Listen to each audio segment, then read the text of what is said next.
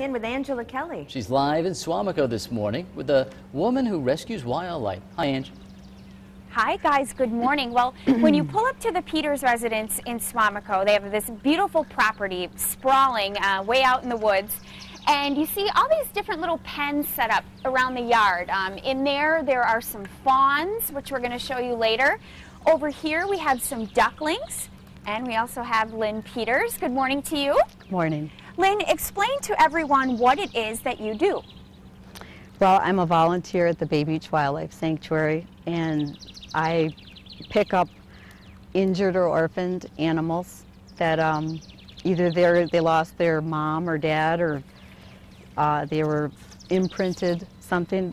I pick them up and take them home and keep them until they can be released. And so basically you're giving the sanctuary a helping hand because they can't obviously take in every single animal, yes, right? That's correct. But you're also licensed to do this. Can you explain that?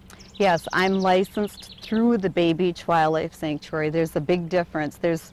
You can get your state and federal license on your own, but I'm licensed through the Bay Beach Wildlife Sanctuary because I'm a volunteer. Right. So it's important to note that not anyone can just do this. You can't just play hero and try to rescue these animals. No. Lynne has permission to do this. You can rescue them, but you have to bring them in. Right.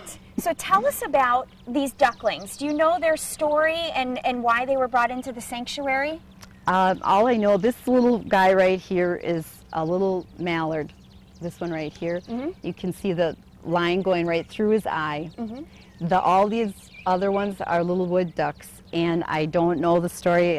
All I know is someone had all 11 of them and brought them in. What might be a reason? Maybe mom left them behind, or? Usually it's a single or two of them, and there was no mom or dad around, and so the people bring them in, which in most cases it's good because they'd never make it on their own that young. And I know, you were pointing out to me that you can tell that these were imprinted, or maybe somebody was trying to make them a pet. Yes. And that is not what we want. No, especially with waterfowl or birds, it's real bad.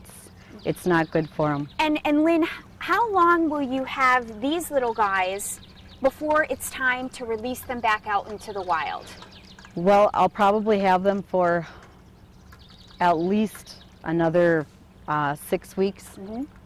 They'll be flying. The ones that just walked up from the hill over here. Oh, look it. This is the first time I'm seeing these ones.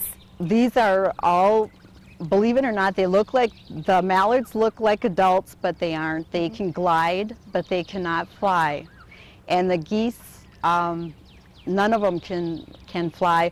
The biggest Canada goose right here is imprinted. Some people had him, and they brought him to the sanctuary this year, so we just have him out here.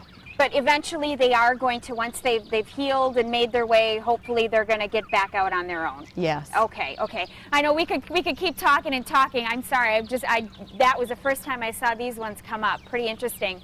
But coming up next, we are going to be meeting the fawns that Lynne is taking care of right now. So stay tuned for that.